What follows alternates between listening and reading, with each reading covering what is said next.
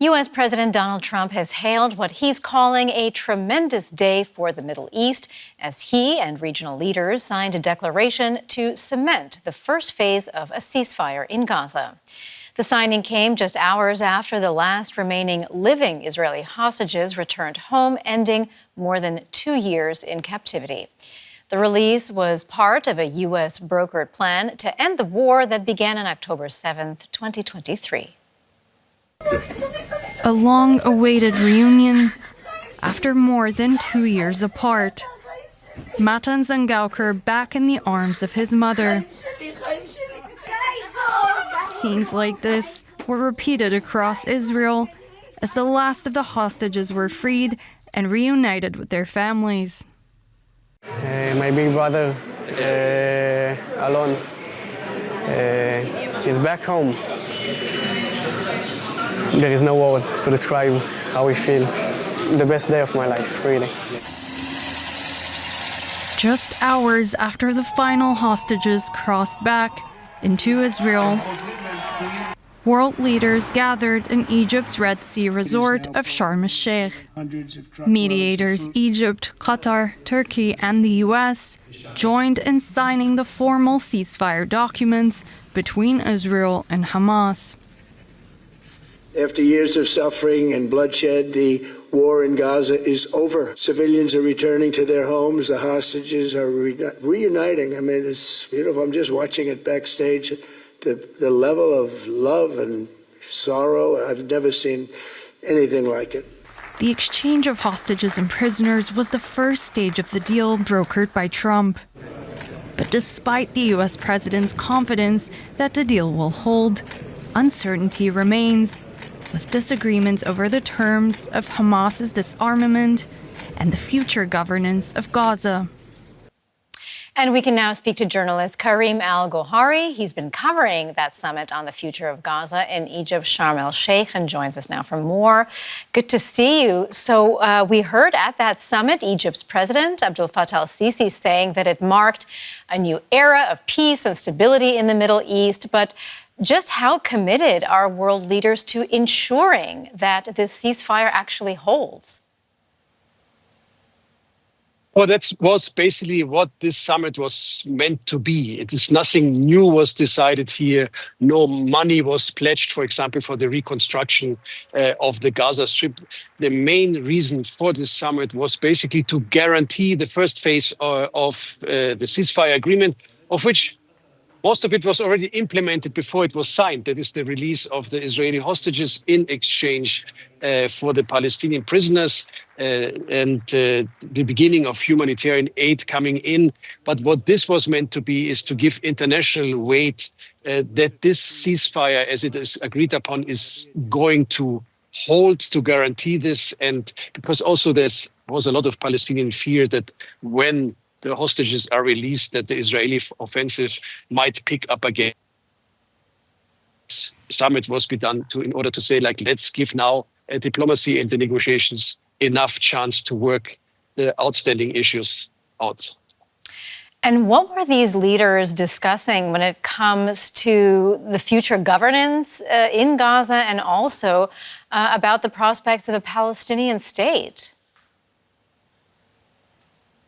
Well, it was rather interesting because when you listened to the host, to the President Abdel Fattah al-Sisi, or also other members of the regional states that were important for the mediation, like Qatar and Turkey, they all stressed one point. They said this thing can only work if it ends up when Palestinians have their right to self-determination and some kind of Palestinian state.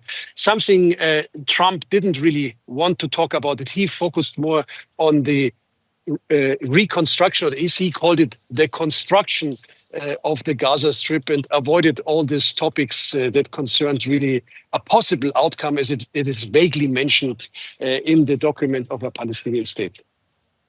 Well, I want to ask you now about conditions on the ground in Gaza. Now that there is a ceasefire, has the humanitarian situation started to improve a little bit? What's the status of aid?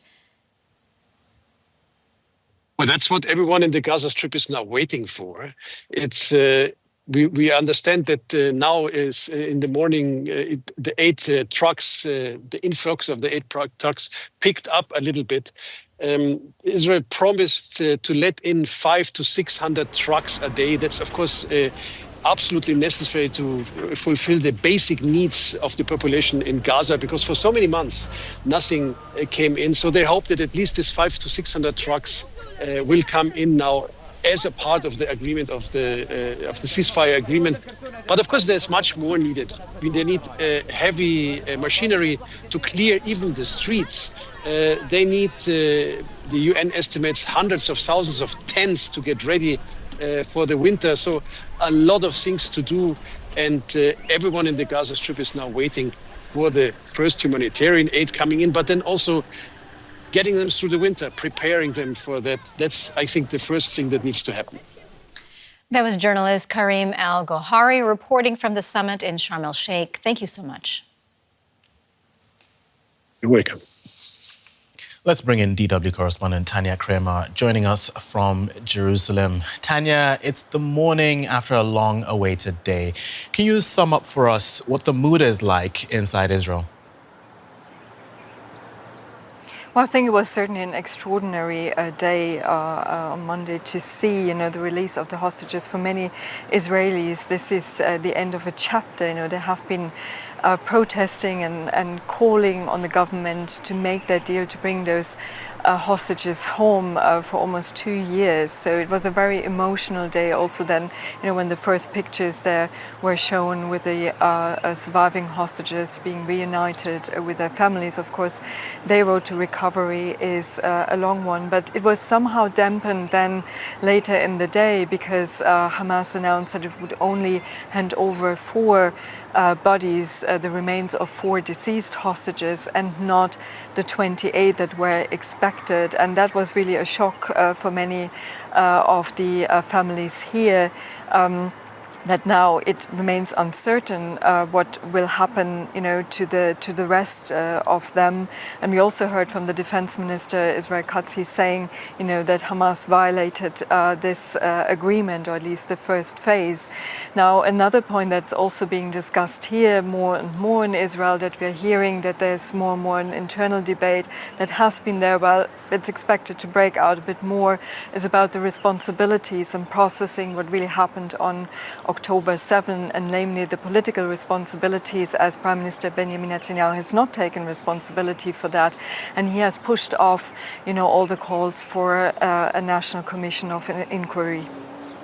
So, Tanya, as you mentioned there, the exchange, both the hostages and the prisoners going either way.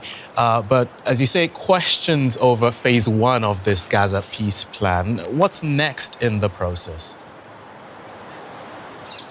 Yeah, that's the big question. We heard from US President Donald Trump that, this is kind of a fluid transition between the first phase and the second phase that should come.